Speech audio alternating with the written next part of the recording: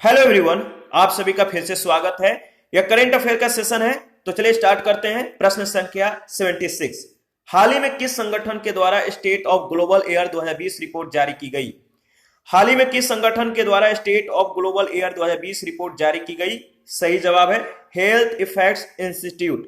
Health effects institute, B option. देखिए, state of global air 2020 report प्रकाशन 20 अक्टूबर 2020 को हुआ। प्रथम प्रकाशन 2017 में किया गया था और यह तीसरा संस्करण था। संकलनकर्ता हेल्थ इफेक्ट्स इंस्टीट्यूट अमेरिका और institute for health metrics and evaluation का global burden of disease project. सर्वाधिक वायु प्रदूषण जोखिम वाले जो देश हैं, भारत, नेपाल, नाइजर, कतर और नाइजीरिया। प्रदूषण के कारण सर्वाधिक मृत्यु भारत में हुई। सर्वाधिक ओजोन जोखिम वाले जो देश हैं, भारत तीसरे स्थान पर है, प्रथम स्थान पर कतर और द्वितीय स्थान पर नेपाल है। भारत में प्रति व्यक्ति प्रदूषण जोखिम 83.2 केजी प्रति क्यूबिक मीटर, पीएम जो है 2.5 2019 में, ध्यान रखिएगा। और 77 है, ट्रैक्टरों और निर्माण उपस्कर वाहनों के लिए कब से नए उत्सर्जन मानदंड लागू होंगे? ट्रैक्टरों और निर्माण उपस्कर वाहनों के लिए कब से नए उत्सर्जन मानदंड जो है लागू होंगे? तो सही जवाब है वर्ष 2021 से। देखिए, ट्रैक्टरों और निर्माण उपस्कर वाहनों के लिए नए उत्सर्जन मानदंड, ठीक है, 1 अक्टूबर 2021 से जो है यह लागू होगा। निर्माण उपस्कर वाहनों के लिए 1 अप्रैल 2021 से सीईवी स्टेज 4 मानदंड जो है लागू होंगे। संशोधन जो अधिसूचित है 30 सितंबर 2020 को जो है इसको अधिसूचित किया गया था, इस संशोधन को। और अधिसूचना सड़क परिवहन और राजमार्ग मंत्रालय के द्वारा जारी किया गया। संशोधन में जो शामिल है कृषि मशीनरी जैसे कृषि ट्रैक्टर, पावर टिलर और संयुक्त हार्वेस्टर, और निर्माण उपस्कर वाहनों के बीच उत्सर्जन मानदंडों को अलग अलग करना। मानदंडों के नामकरण में परिवर्तन, भारत स्टेज यानी सीवी या TREM जो 4 है, इसके स्थान पर कृषि मशीनरी के लिए TREM स्टेज 4 तथा निर्माण उपस्कर वाहनों के लिए CEV स्टेज 4 जो है, ध्यान रखिएगा। और इसी प्रकार भारत स्टेज 5 को भी दोनों समूहों के लिए पृथक किया गया है। 78 नंबर है, सितंबर 2020 में किस देश के स्वास्थ्य आयोग ने यह घोषणा की कि एक बायोफार्मास्यूटिकल कंपनी में रिसाव के कारण 3000 से ज्यादा व्यक्ति ब्रुसेलोसिस नामक बीमारी से जो है संक्रमित पाए गए? बताइए, सितंबर 2020 में किस देश के स्वास्थ्य आयोग ने यह घोषणा की कि एक जो है बायोफार्मास्यूटिकल कंपनी में रिसाव के कारण 3000 से ज्यादा व्यक्ति ब्रुसेलोसिस नामक बीमारी से संक्रमित पाए गए? सही जवाब है चीन, बी ऑप्शन। चीन में ब्रुसेलोसिस नामक बीमारी का प्रकोप जो है, प्रभावित देश चीन है। संबंधित बीमारी ब्रुसेलोसिस है। कारण क्या था? तो देखिए, कारण को ध्यान रखिएगा। बायोफार्मास्यूटिकल कंपनी में रिसाव के कारण संक्रमित की जो संख्या है वो है 3000 से अधिक। तो संक्रमित कितने लोग हुए? 3000 से भी अधिक। संक्रमण यह एक जीवाणु जनित रोग है जो मुख्यतः मवेशियों, सुअर और बकरियों तथा भेड़ों को संक्रमित करता है। संक्रमण का प्रसार मनुष्यों में कैसे होता है? तो प्रत्यक्ष संपर्क और उनसे संबंधित उत्पाद जैसे गैर पाश्चुरीकृत दूध, पनीर, अधपके मांस के खाने से। मनुष्यों पर प्रभाव क्या है? तो मांसपेशियों में दर्द होगा, बुखार, पसीना और एनोरेक्सिया एवं सिर दर्द का होना। विशेष में अगर बात करें तो इस बीमारी का कारण जो है ब्रुसेला नामक एक जीवाणु है। 79 है, जनवरी 2021 में पर्यावरण थिंक टैंक जर्मन वॉच के द्वारा जारी वैश्विक जलवायु जोखिम सूचकांक 2021 में भारत की रैंकिंग क्या है? जनवरी 2021 में पर्यावरण थिंक टैंक जर्मन वॉच के द्वारा जारी वैश्विक जलवायु जोखिम सूचकांक 2021 में भारत की रैंकिंग है 7वीं। याद रखिएगा, बी ऑप्शन। इसके बारे में देख लेते हैं। वैश्विक जलवायु जोखिम सूचकांक 2021 जारी 25 जनवरी 2021 को हुआ। जारीकर्ता कौन है? तो पर्यावरण थिंक टैंक जर्मन वॉच। वार्षिक संस्करण 16वां था। देखिए, वर्ष 2019 में सर्वाधिक प्रभावित 5 जो देश है शीर्ष रैंकिंग वाले, वो है पहला स्थान पे मोजाम्बिक, दूसरे पे जिम्बाब्वे, तीसरे बहमास, चौथा जापान और 5वें स्थान पे मलावी। सूचकांक में भारत की रैंकिंग 7वीं है। दीर्घकालीन जलवायु जोखिम सूचकांक में सर्वाधिक प्रभावित 5 देश जो है शीर्ष रैंकिंग वाले, वो है Puerto Rico, Myanmar, Haiti, Philippines और मोजाम्बिक। इस सूचकांक में भारत की रैंकिंग जो है 20 है, यानी 20वीं है। और विशेष में बात करें तो यह सूचकांक 2 श्रेणियों में जो है जारी किया गया है। पहले में जो वार्षिक वर्ष है 2019 के आधार पर, और दीर्घकालीन जो है 20 वर्षों के वार्षिक औसत के आधार पर, यानी 2000 से 2019 के मध्य। प्रश्न संख्या 80 है, अक्टूबर 2020 में भारत के किस राज्य में 2.5 मिलियन वर्ष पुराने ड्रैगन फ्लाई जीवाश्म की खोज की जो है घोषणा की गई? अक्टूबर 2020 में भारत के किस राज्य में 2.5 मिलियन वर्ष पुराने ड्रैगन फ्लाई जीवाश्म की खोज की जो है घोषणा की गई? सही जवाब है Jharkhand, C option. Dragonfly जीवाश्म की खोज, जीवाश्म प्राप्ति जो स्थल है लातेहार, झारखंड है। खोज का प्रकाशन करने वाली जो पत्रिका है वो है आपका करेंट साइंस जर्नल। अक्टूबर 2020 में इसका जो है प्रकाशन किया। खोजकर्ता कौन है? तो पश्चिम बंगाल के 4 विश्वविद्यालय के शोधकर्ता, अनुसंधान के नेतृत्वकर्ता कौन थे? तो प्रोफेसर महासिन अली खान, सिधो कानो बिरसा विश्वविद्यालय, पश्चिम बंगाल, वनस्पति विज्ञान के सहायक प्रोफेसर। ध्यान रखिएगा, इनका नाम इंपॉर्टेंट है। जीवाश्म का निकटतम जीवित सदस्य जो है लिबेलुला डिप्रेसा है। जीवाश्म की अवधि जो है 2.5 मिलियन वर्ष है। विशेष में अगर बात करें तो भारत में पहली बार ड्रैगन फ्लाई जीवाश्म प्राप्त हुआ। 81 है, नवंबर 2020 में अंतरराष्ट्रीय समुद्री संगठन की समुद्री सुरक्षा समिति ने Indian regional navigation satellite system को विश्वव्यापी रेडियो नेविगेशन प्रणाली के घटक के रूप में मान्यता प्रदान की है। भारतीय क्षेत्रीय नेविगेशन सिस्टम को बताइए, भारतीय क्षेत्रीय नेविगेशन सिस्टम को किस क्षेत्र के लिए इस प्रणाली में शामिल किया गया है? इसका सही जवाब क्या होगा? इसका सही जवाब होगा हिंद महासागर। Indian regional navigation satellite system को जो है मान्यता कब दिया गया? नवंबर 2020 में। ध्यान रखिएगा, नवंबर 2020 में। प्रदाता कौन है? तो अंतरराष्ट्रीय समुद्री संगठन की सुरक्षा समिति, आईएमओ की सुरक्षा समिति। किस रूप में? तो विश्वव्यापी रेडियो नेविगेशन प्रणाली के भाग के रूप में। हिंद महासागर क्षेत्र में व्यापारिक पोतों के संचालन के लिए जो है किस क्षेत्र के लिए इसकी जो है मतलब किसको किस क्षेत्र के लिए मान्यता दी गई? तो हिंद महासागर क्षेत्र में व्यापारिक पोतों के संचालन के लिए। भारत के अलावा ऐसे सिस्टम स्थापित करने वाले जो अन्य देश हैं वो है यूएसए जीपीएस, रूस ग्लोनास, चीन जो है बेईडोऊ यानी BEIDOU, यूरोपियन संघ जो है गैलीलियो, जापान जो है QZSS। इनमें से QZSS वस्तु जीपीएस संवर्धन प्रणाली का रूप में कार्यरत है। Indian regional navigation satellite system विकसित जो है किसके द्वारा किया गया? तो इसरो के द्वारा, याद रखिएगा। और भारत के मछुआरों को समर्पित करते हुए नाविक नेविगेशन विथ इंडियन जो है कॉन्स्टेलेशन जो है प्रधानमंत्री के द्वारा दिया गया यह नाम है। भारत मछुआरों के जो है भारत के मछुआरों को समर्पित करते हुए नाविक। ठीक है, इसका जो नाम है नेविगेशन विथ क्या है? Indian constellation. और विशेष में बात करें तो इसे हिंद महासागर में जहाजों के नेविगेशन में सहायता के लिए सटीक स्थिति सूचना सेवा प्रदान करने के लिए जो है डिजाइन किया गया है।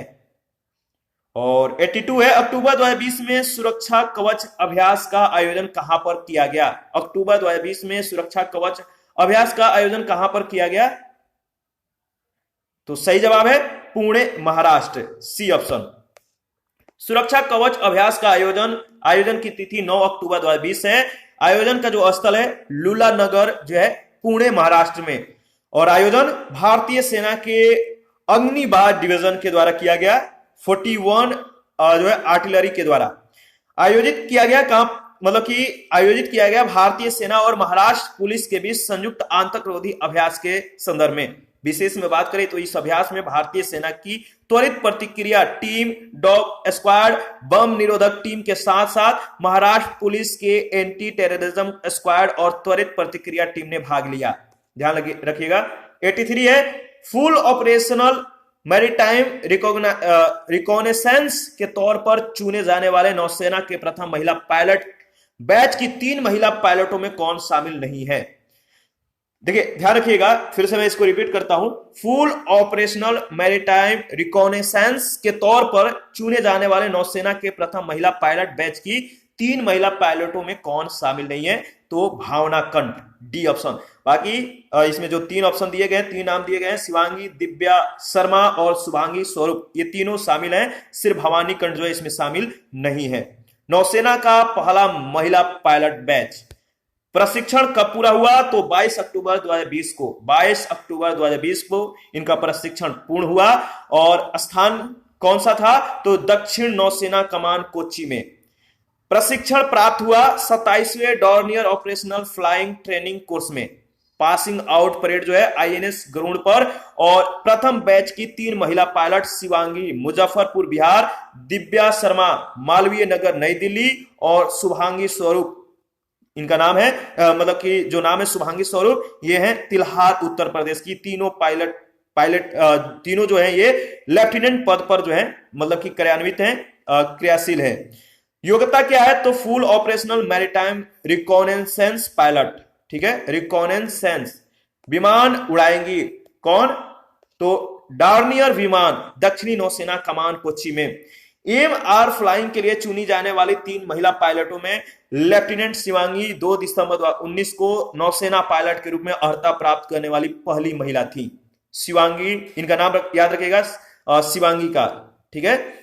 और 84 नंबर है, नवंबर 2020 में संपन्न मालाबार नौसेना अभ्यास के 24वें संस्करण के चरण 1 का आयोजन कहां किया गया?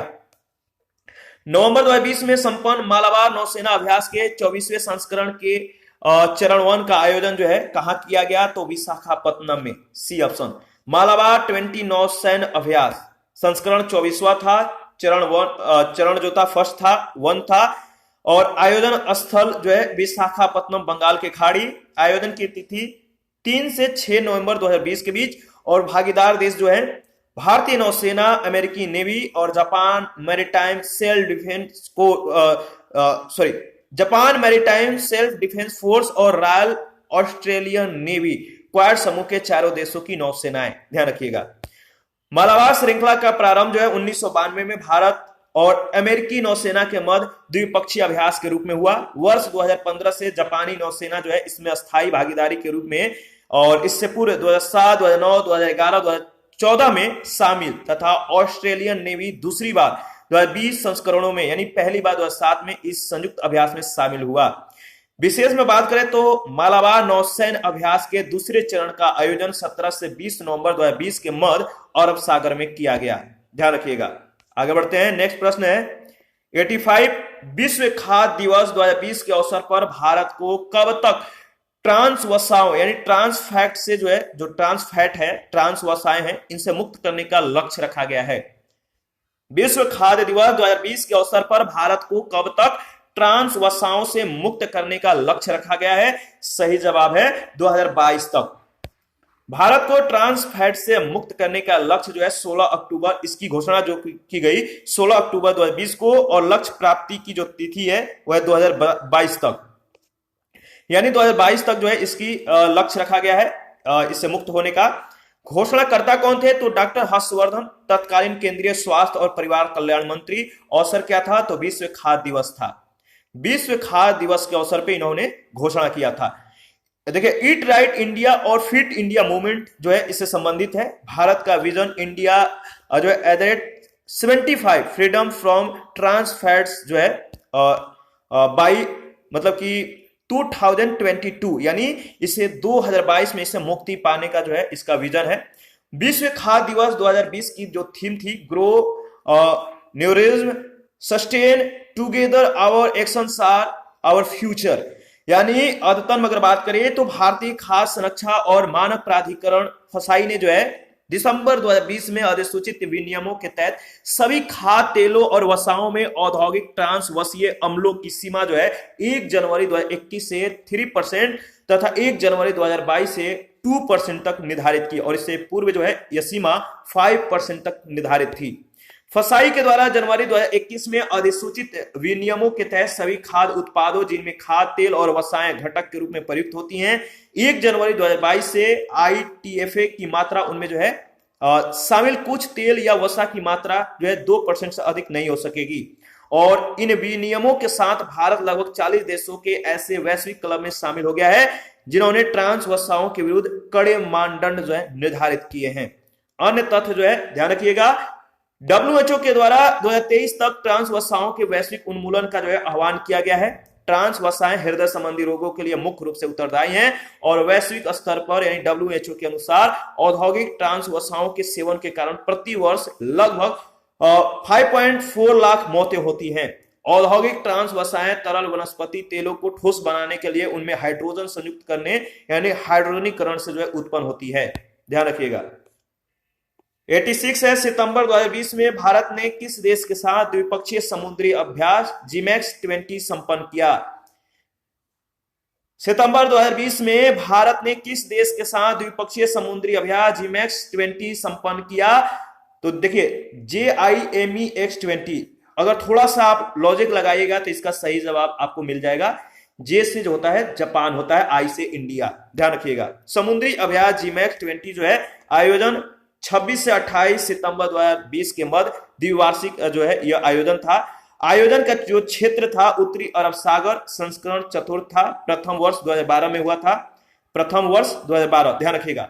और भागीदारी जो है भारतीय नौसेना और जापानी समुद्री आत्मरक्षा बल विशेष में यह अभ्यास जो है कोविड-19 प्रतिबंधों के तहत non contact at sea only format रूप में जो है संचालित किया गया। 87 है, अक्टूबर 2020 में भारत ने ओडिशा तट के एकीकृत परीक्षण रेंज से SANT मिसाइल का सफल परीक्षण किया। इस मिसाइल की रेंज कितनी है? तो अक्टूबर 2020 में भारत ने ओडिशा तट के एकीकृत परीक्षण रेंज से जो है सैंट मिसाइल का जो है परीक्षण किया। इस मिसाइल की रेंज जो है याद रखिएगा 15 से 20 किलोमीटर है, सी ऑप्शन। सैंट मिसाइल का परीक्षण जो है 19 अक्टूबर 2020 को किया गया। और कहां से? तो उड़ीसा तट के एकीकृत परीक्षण रेंज से, ITR से। विकासकर्ता कौन है? DRDO है। समर्पित किसको? तो भारतीय वायुसेना के लिए जो है इसको बनाया जा रहा है और इसको भारतीय वायुसेना को जो है समर्पित कर दिया जाएगा। पूरा नाम है stand of anti tank missile, यानी ध्यान रखिएगा सैंड। प्रकार क्या है? तो हवा से सतह पर मार करने वाली यह मिसाइल है और संस्करण जो है हेलिना का यह उन्नत संस्करण है। क्षमता है 15 से 20 किलोमीटर की रेंज। लॉन्च के बाद लॉक ऑन और लॉन्च से पहले लॉक ऑन की सुविधा से यह युक्त है। अन्य तथ्य में अगर बात करें तो इस मिसाइल के अग्रभाग पर एक सक्रिय रडार सुसज्जित है। आगे बढ़ते हैं। नेक्स्ट प्रश्न, प्रश्न संख्या 88 है। 3 से 5 नवंबर 2020 के मध्य भारतीय सशस्त्र बलों ने किस द्वीप पर एक संयुक्त सैन्य अभ्यास बुल स्ट्राइक का आयोजन किया? 3 से 5 नवंबर 2020 के मध्य भारतीय सशस्त्र बलों ने किस द्वीप पर एक संयुक्त सैन्य अभ्यास बुल स्ट्राइक का आयोजन किया? तो टेरेसा द्वीप इसका सही जवाब होगा, सी ऑप्शन। बुल स्ट्राइक सैन्य अभ्यास आयोजन का तिथि है 3 से 5 नवंबर 2020। आयोजन का स्थल जो है निकोबार द्वीप समूह के टेरेसा द्वीप पर। सैन्य अभ्यास का नाम है बुल स्ट्राइक। अभ्यास में शामिल इस अभ्यास में भारतीय सेना की पैराशूट ब्रिगेड, नौसेना की मरीन कमांडो फोर्स और स्पेशल फोर्सेस के जो है कमांडो शामिल हुए। उद्देश्य क्या था? तो सशस्त्र बलों की संयुक्त संचालन क्षमता को जो है प्रदर्शित करना। और विशेष में बात करें तो यह सैन्य अभ्यास पहली बार संयुक्त त्रिसैन्य कमांड अंडमान निकोबार कमान द्वारा जो है आयोजित किया गया। प्रश्न संख्या 89 है। केंद्र सरकार के द्वारा भारत में तपेदिक रोग को समाप्त करने का लक्ष्य रखा गया है, यानी ट्यूबरकुलोसिस रोग को समाप्त करने का जो लक्ष्य रखा गया है, बताइए कब तक? तो वर्ष 2025 तक। भारत में 2025 तक तपेदिक रोग को समाप्त करने का लक्ष्य रखा गया है। संदर्भ क्या है? तो सितंबर 2020 में तत्कालीन केंद्रीय स्वास्थ्य मंत्री डॉक्टर हर्षवर्धन ने संयुक्त राष्ट्र को संबोधित करते हुए कहा कि भारत को 2025 तक तपेदिक मुक्त करने का लक्ष्य रखा गया है और 2030 के वैश्विक लक्ष्य से जो है 5 वर्ष पहले का यह लक्ष्य है। जो विशेष में है ध्यान रखिएगा, जो वैश्विक लक्ष्य है 5 वर्ष उसके लक्ष्य से पहले है। वैश्विक लक्ष्य है 2030 और भारत का लक्ष्य जो है 2025। तपेदिक क्या है? तो यह एक गंभीर संक्रामक और बैक्टीरिया से होने वाली बीमारी है जो मुख्य रूप से फेफड़ों को जो है प्रभावित करती है। तपेदिक के अन्य नाम है क्षय रोग और टीबी। कारक क्या है? तो माइकोबैक्टीरियम ट्यूबरकुलोसिस जीवाणु है इसके कारक। ध्यान रखिएगा, इंपॉर्टेंट है। और देखिए इसी के साथ आज का सेशन समाप्त करते हैं। नेक्स्ट सेशन में संक्षिप्तियां जो है हम लोग चर्चा करेंगे। तो आप अपना प्रतिक्रिया जरूर दीजिए, आपके प्रतिक्रियाओं का हमें बेसब्री से इंतजार रहता है। और करेंट अफेयर का साथ ही साथ घटना चक्र का ऑल पीडीएफ अवेलेबल है, अगर आप लोगों को जरूरत है तो आप हमें कमेंट कर सकते हैं। और टेलीग्राम चैनल और Telegram quiz group, Facebook page और इंस्टाग्राम को जो आप ज्वाइन कर सकते हैं, इसका लिंक वीडियो के डिस्क्रिप्शन बॉक्स में है। थैंक यू, मिलते हैं नेक्स्ट सेशन में।